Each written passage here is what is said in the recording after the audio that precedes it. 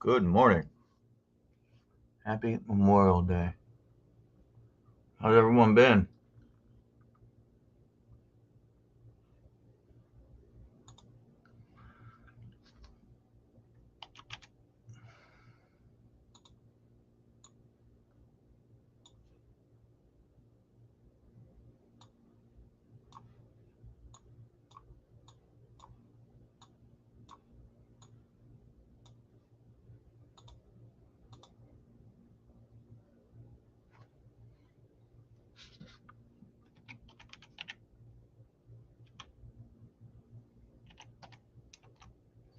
Any questions about the t-shirts? I'd love to answer them. There's 9 days left to order. And then after they're ordered, or after it ends, after the 9 days, then they'll ship them.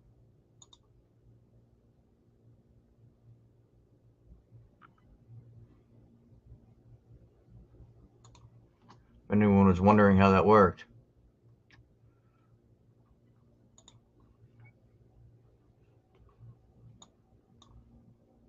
I'm trying to, it's Memorial Day. Anyone lose anyone? I serve the country, your country. It's day to remember, right?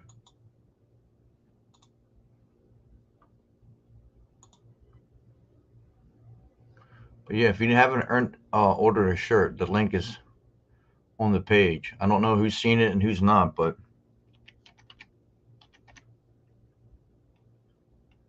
a lot of people saying they don't see my messages or post. You know what I mean?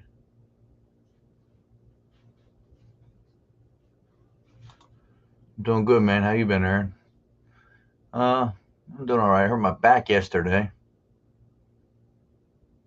I got poison on my neck and on my eye.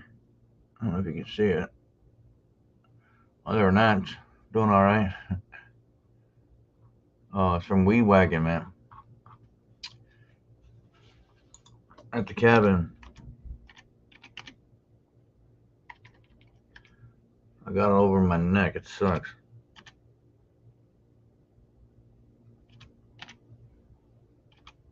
How you been? All good?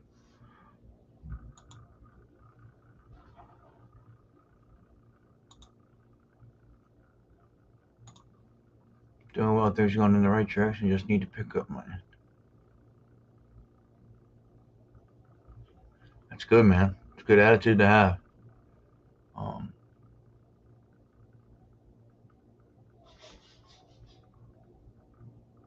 One day at a time, man.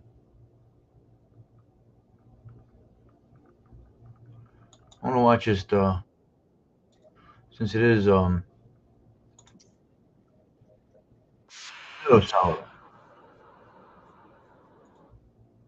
I want to it's Veterans Day, right? So I want to play some videos of veterans we have lost to suicide. Um, just looking here on the internet, YouTube. I found this, came across this. So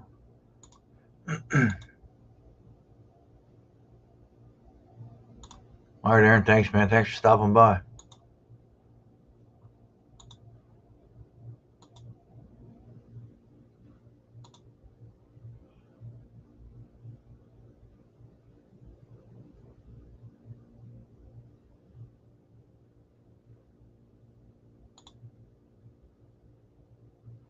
See this video plays. You never know. Good old internet.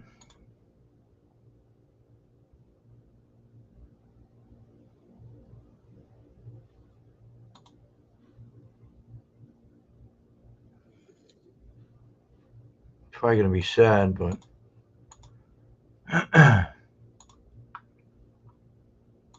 Yeah.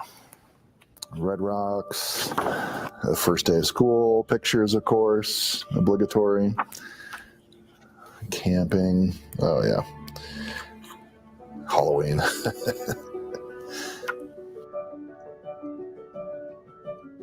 loved snowboarding, so we went snowboarding quite a bit. This was him the day before he graduated boot camp, and I think this is the day he shipped off to Fort Benning. And this was on his Southeast Asia trip, I think. He was the guy that would do anything for anybody and wanted to make everybody laugh all the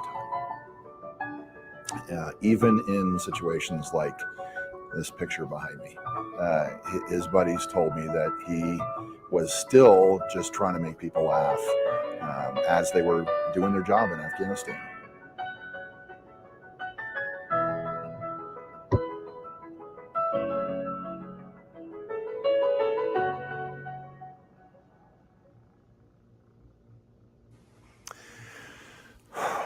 So what I want to have happen is, to start off, I support the U.S. military. I truly do, especially those that volunteer Morning, Kim. to do these type of things, because there is.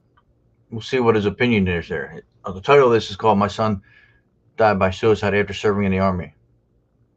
Here's how I want things to change. Yeah, I talked to my buddy that was in Iraq. Maybe it was Afghanistan. I forget. They run together. But he said there's really no they really don't do nothing for you once you get back, you know. You go into this room, you know, they break you down, and you know, it's time to be discharged, right?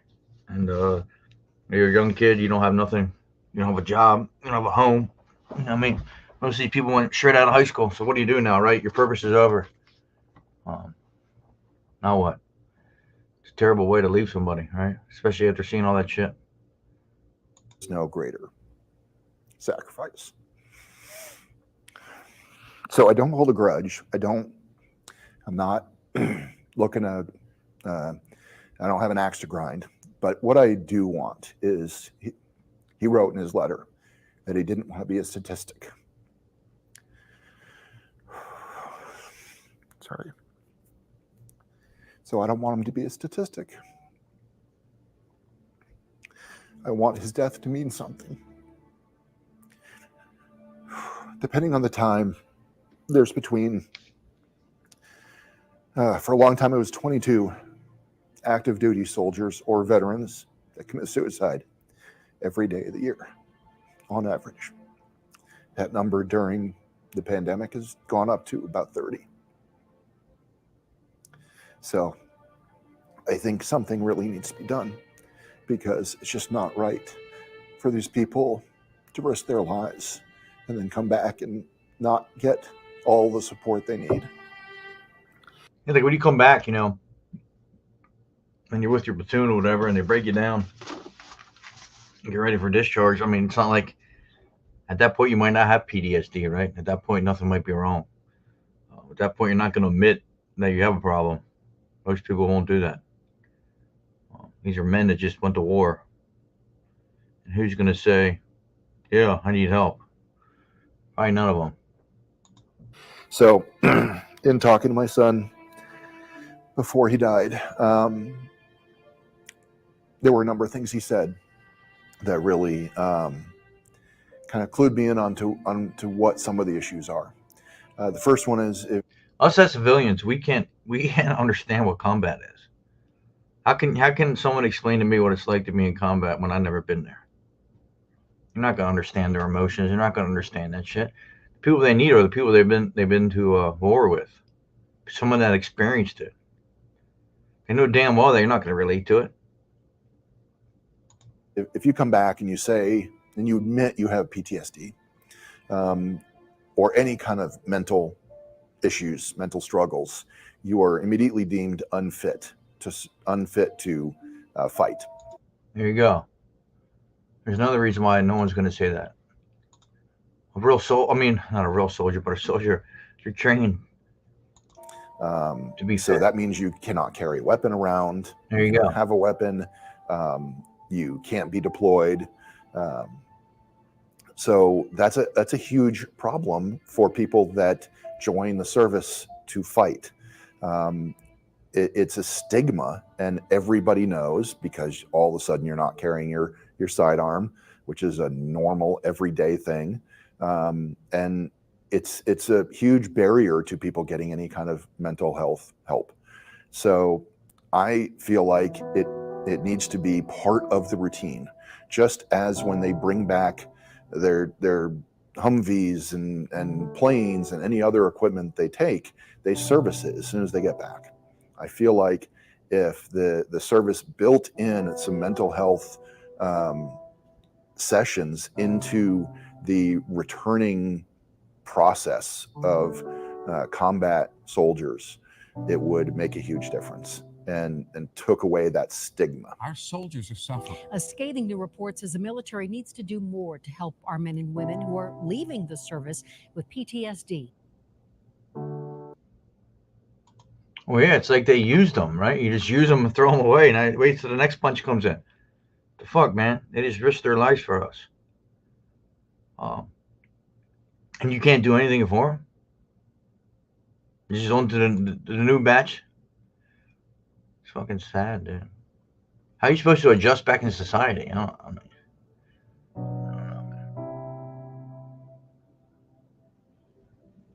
The second thing that's really important to me is how they treat post-traumatic stress. You know, right now it's called PTSD, D being disorder.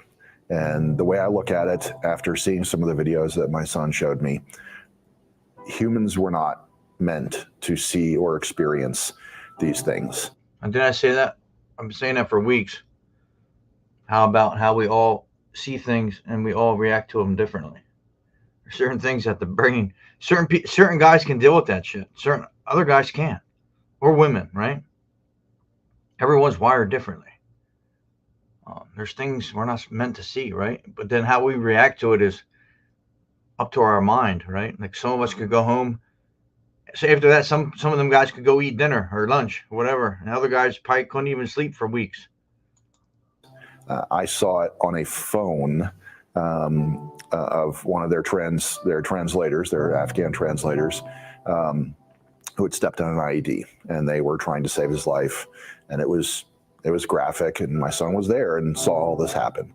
And there's just no way a human was built to just experience these things, seeing people die, bad guys, good guys, whoever, and just have it, slide off their back like nothing happened. So it's not a disorder. Post-traumatic stress is something that I think is incredibly natural for somebody to have happen when they experience something extremely traumatic. I have to agree with him.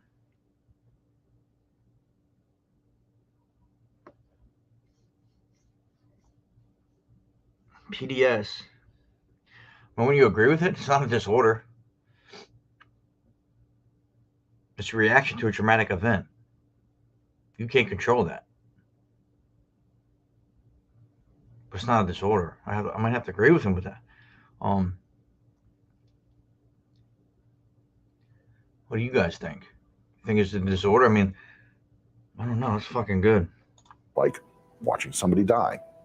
So I think the stigma with the disorder, I think making it part of the routine to come back and get some mental health treatments as soon as you come back off duty without you being declared unfit would make the soldiers much more willing to do this and really take advantage of it. The military does have, as I've learned, amazing programs to help their soldiers, their veterans, everybody. They just make it impossible to utilize and still continue to be a soldier. And I don't think it's intentional. I think it's just the way it's developed over the years. I think mental health awareness is still getting embedded into the military.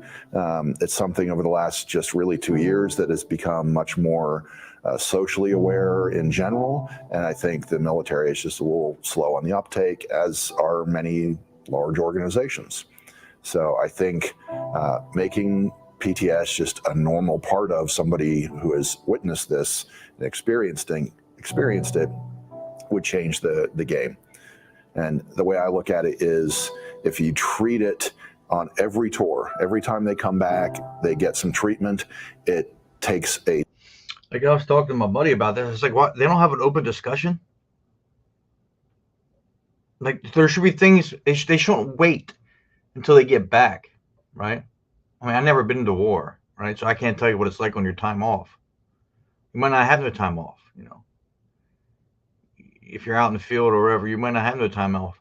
But I think you should always dedicate something. I'm sure there's a routine they do daily and dedicate 10, 15 minutes to that, to mental health, right? in combat or whatever.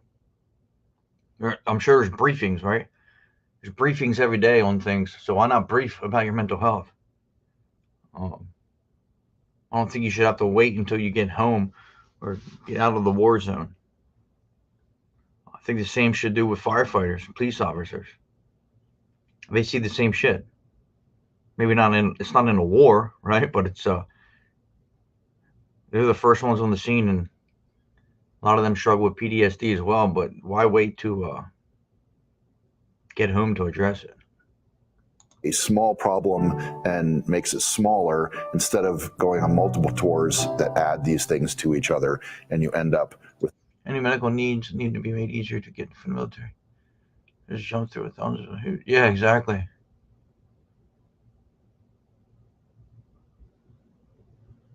Yeah, they gotta adjust back into reality. You know, you went from being a soldier every day fighting for your life to now you're coming back into society. And you're supposed to be around people that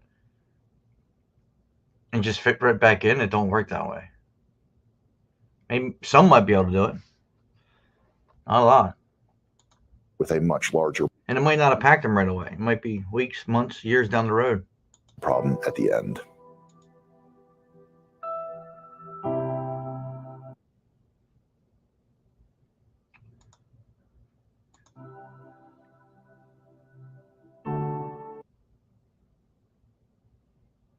Oh my.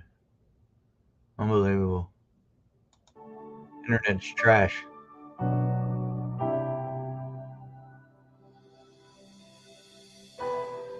My son did not want to be a statistic. It's so sad, right? Because these people never even would have went through this shit if they didn't go to war. Yeah, they might have chose to, but I mean that changes their whole life. My son did not want to be a statistic. This is a fucking. Why does it do this shit?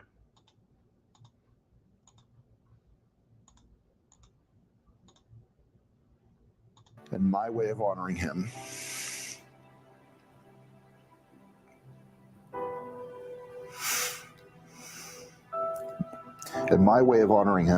is to not allow that.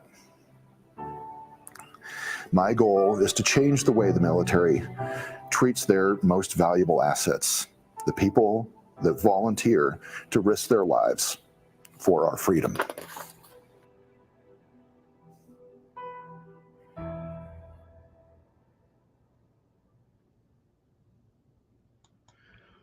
Whew. I wonder what they're doing to. Anybody know who have a son or a daughter that just came back?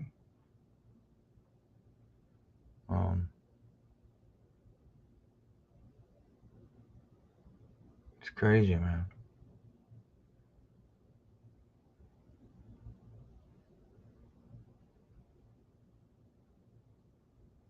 See what this one is right here.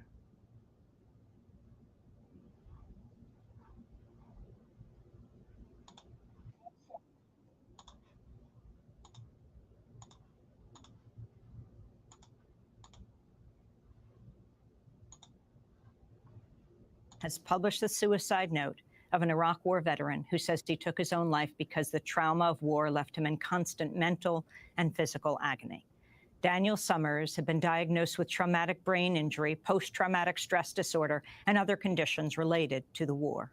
He ran hundreds of combat missions as a machine gunner and carried out interrogations as part of an intelligence team in Baghdad. Later, he worked with JSOC, the Joint Special Operations Command, as a senior analyst in Mosul. In a letter first quoted by the Phoenix New Times and written to his family before he killed himself just over 2 weeks ago, Daniel Summers wrote, quote, "During my first deployment, I was made to participate in things the enormity of which is hard to describe. War crimes, crimes against humanity. Though I did not participate willingly and made what I thought was my best effort to stop these events, there are some things that a person simply cannot come back from. I take some pride in that, actually, as to move on in life after being part of such a thing would be the mark of a sociopath in my mind. These things go far beyond what most are even aware of. To force me to do these things and then participate in the ensuing cover-up is more than any government has the right to demand. Then the same government has turned around and abandoned me," he wrote. He went on to say, "Any blame rests with them." Daniel Summers killed himself on June 10th. He was 30 years old. Wow. Makes you wonder, man. What was he a part of? What did he have to do? What was he forced to do that he didn't want to do? You never know. I can only imagine.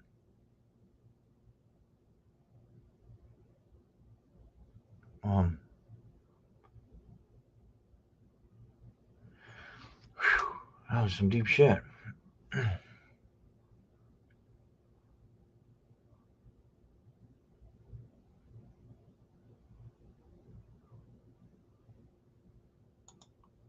This was a year ago.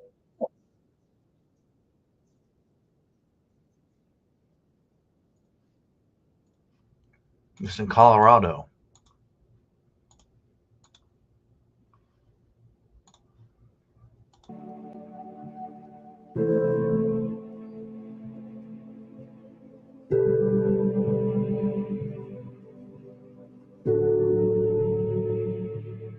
As time passes by at Fort Logan National Cemetery, tens of thousands of marble pillars remain constant. A reminder of Colorado's rich military history and those brave enough to serve. We were high school sweethearts for sure. Diana Meredith will tell you nobody was prouder to serve than her husband, Garrett. I think he had a lot of pride when it came to his service in the military. But when he came back from his second tour in Afghanistan, she started to notice changes. I noticed that there were changes in his sleep patterns, his eating patterns, just overall like mental and physical health. Diana says Garrett started counseling and seemed to be doing well until a May morning last year. All of a sudden I saw his car was still in the driveway. Then I saw his phone, and so I immediately started to search around, and then on the dining room table is where I saw scattered bullets. And it was almost instantly that my mind clicked to the worst possible scenario, which is what I found in the garage that day. Meredith was just 25. Diana would play taps at his service. It just That's heartbreaking. absolutely broke me. And his story is far too common. On average, 162 Colorado veterans die by suicide every year, a number that's significantly higher than the national average. When we got the call that he did it, it was a shock. Damian Nicholson served with Specialist Meredith and says it was Meredith. That's what we all say, right? Oh, I can't believe you would have done that. And I bet you he was the one that reached out to everybody else. I bet you that's what she's about to say right now.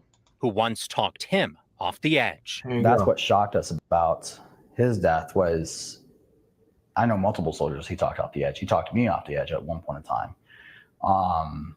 I've been personally suicidal. Nicholson says returning home is filled with challenges, from finding work to processing what you saw and did overseas. The military itself, we kind of demonize the whole, there's something wrong with me. But this year, for the first time, the state is investing millions into the issue. The first step, figuring out why Colorado veterans are dying at a higher rate. We don't know why. Damian McCabe is a veteran. First off, let me show you something. See this flag right here? Figuring out why Colorado veterans are dying at a higher rate. Why is that flag flowing? That flag shouldn't even be up there anymore. It's ripped. We don't know why. Damian McCabe is a veteran himself That flag. and tells the problem solvers he is now tasked with leading a pilot program called Next Chapter, providing free mental health treatment for veterans in El Paso County. Now for me, some better internet. This shit's fucking junk.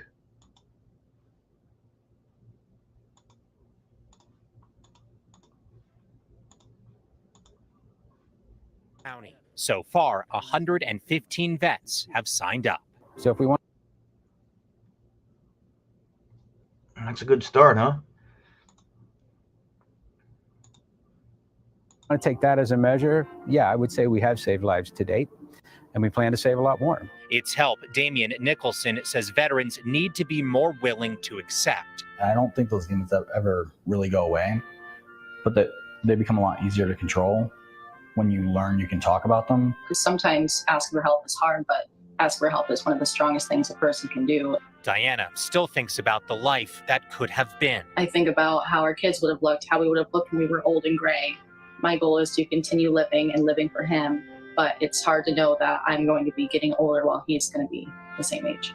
Her goal now, helping others avoid the same story. In order for change to happen, we need to have those conversations. Change needs to happen before the statistics continues to rise. Guys, the sad reality here is that Colorado veterans remain nearly twice as likely to die by suicide than their civilian counterparts. The good news, there is help available. And Yeah, I wonder why that is, right? I wonder why that is. Just take a guess. Maybe it's because they've seen way worse than their counterparts, right?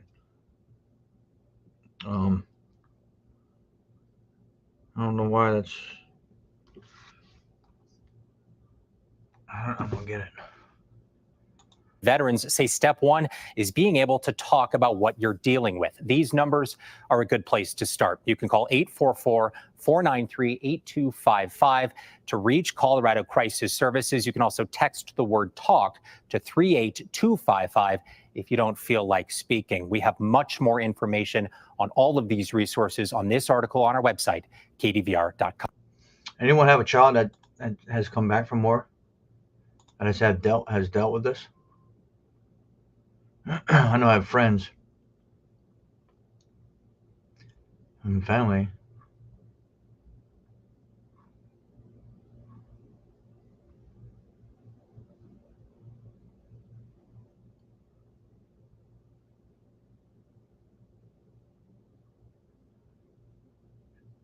Let's watch this one right here. Inside Suicide Prevention Call Center for veterans.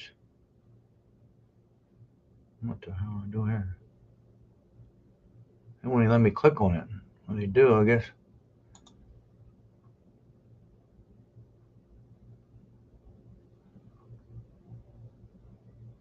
It's pretty interesting, man. It's sad, though.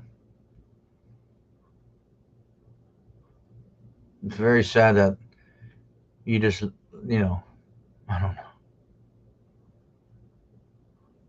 It's Memorial Day, right? So.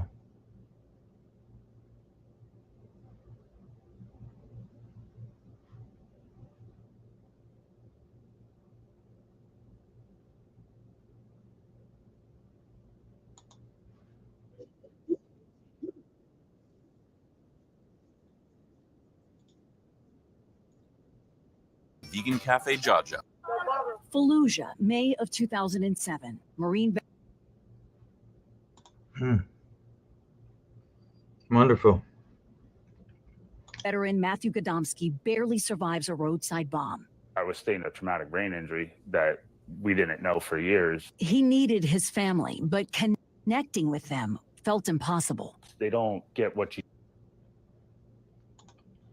I mean, I don't know why it does this shit, man.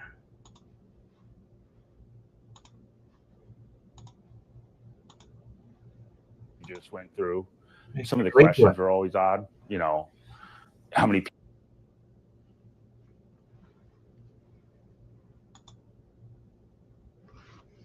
I'd like to know why the internet does this. people you killed? That's not really what we want to talk about. Son of a bitch. Try one more time here.